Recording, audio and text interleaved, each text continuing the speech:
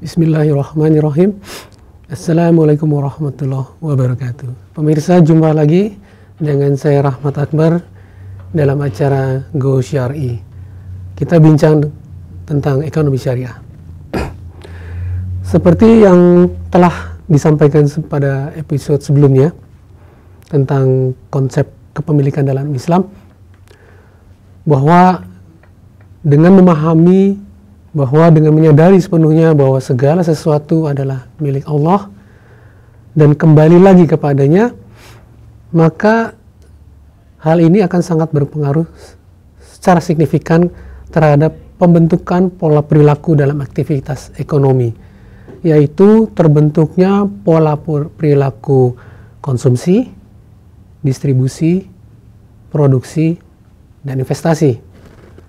Nah, untuk episode kali ini kita khusus membahas tentang bagaimana Islam mengatur pola perilaku konsumsi. Konsumsi dalam Islam, apa tujuannya?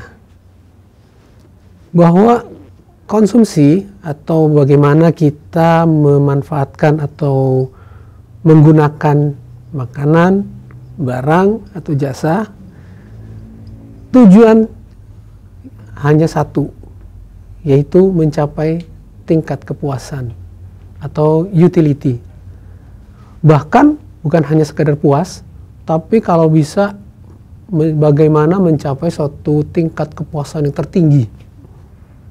Tidak perlu tahu dan tidak peduli gimana caranya. Yang penting kepuasan diri itu terpenuhi. Inilah fitrah manusia.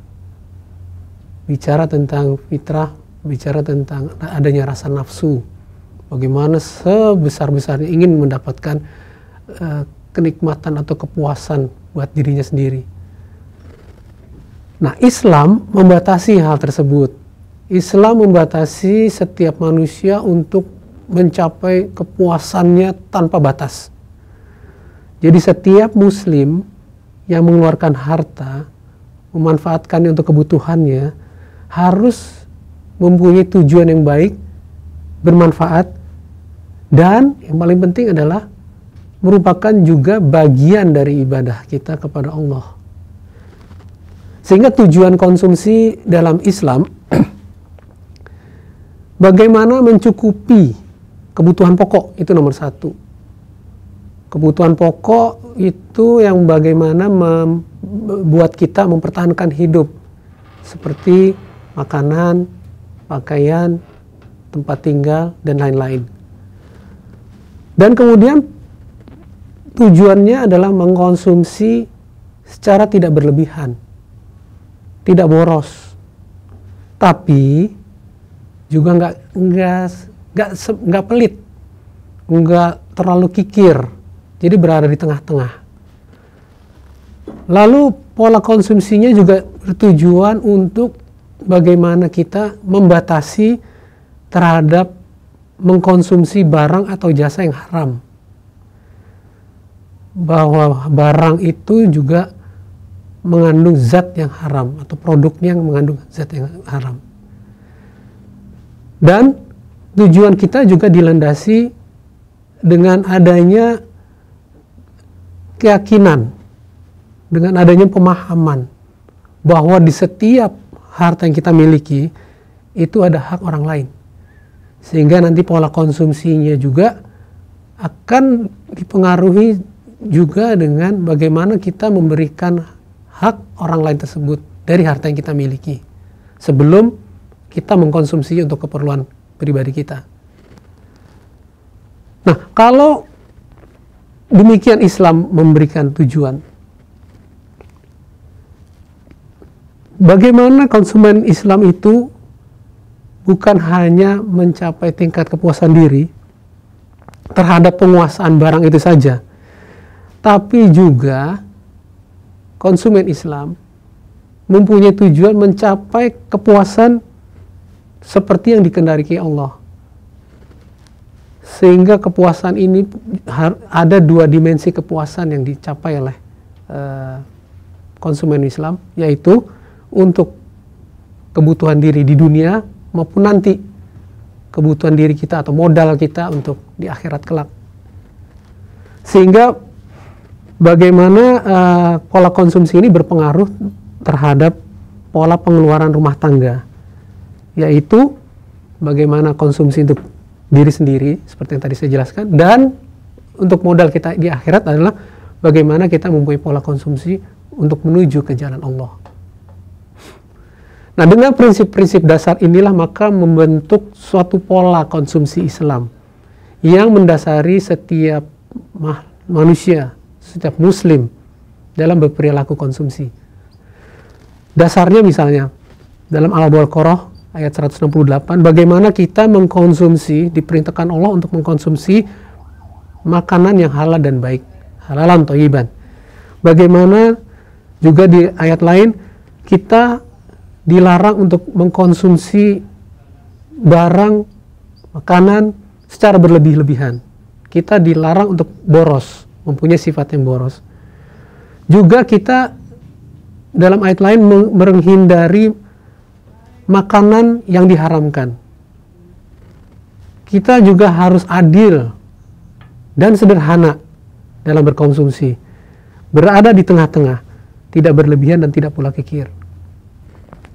Dan yang terakhir, bagaimana pola konsumsinya adalah kita menyisihkan sebagian harta kita kepada orang lain yang mempunyai haknya di dalam harta kita sendiri. Nah, perilaku konsumsi ini akan terdapat perbedaan yang signifikan antara muslim dan non-muslim.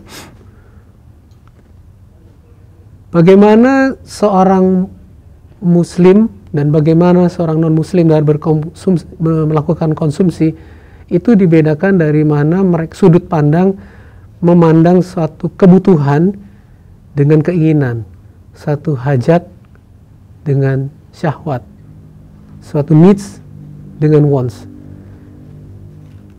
Nah, kalau non-muslim, dia tidak melihat perbedaan antara keinginan dengan kebutuhan. Antara keinginan dan kebutuhan menjadi satu kesatuan. Jadi, tidak heran bagaimana sebanyak-banyaknya memperoleh kepuasan itu tidak dilihat lagi sampai seberapa jauh tingkat kebutuhan yang ada di dalam dirinya. Yang ada hanya bagaimana syahwat tadi, nafsu tadi, atau keinginan tadi yang menggebu-gebu. Sehingga apapun dilakukan untuk mendapatkannya. Nah, kalau muslim, dibedakan dengan antara hajat dan syahwat itu tadi. Antara kebutuhan dan keinginan. Bagaimana kita sebagai seorang muslim melihat bahwa kita punya keterbatasan dalam konsumsi sesuai dengan kebutuhan kita. Tapi kalau dari sisi keinginan luar biasa, nggak ada batasnya. Apa juga kita mau. Bahkan udah punya mobil satu, punya dua, punya rumah satu, punya dua. Tapi kalau kita lihat dari sisi batasan manusia, sederhana aja sebenarnya. Lihat aja perut kita. Sampai berapa batas perut kita bisa menampung semua makanan yang ada di depan kita. Nah, sederhananya seperti tadi, bagaimana kita membedakan antara needs dan wants adalah bagaimana kita melihat, bernafsu melihat makanan segitu banyak di depan mata kita, tapi di lain sisi kesanggupan perut kita menampung makanan-makanan yang menimbulkan air liur kita itu tadi. Jadi sebenarnya gampang aja, batasannya adalah antara kebutuhan dan keinginan sampai berapa banyak perut kita menampung. Itulah kebutuhan. Pada saat itu tercapailah satu tingkat kepuasan secara Islam, di mana tingkat kebutuhan itu tercapai. Jangan kemana-mana, kita saksikan setelah komersial break berikut ini.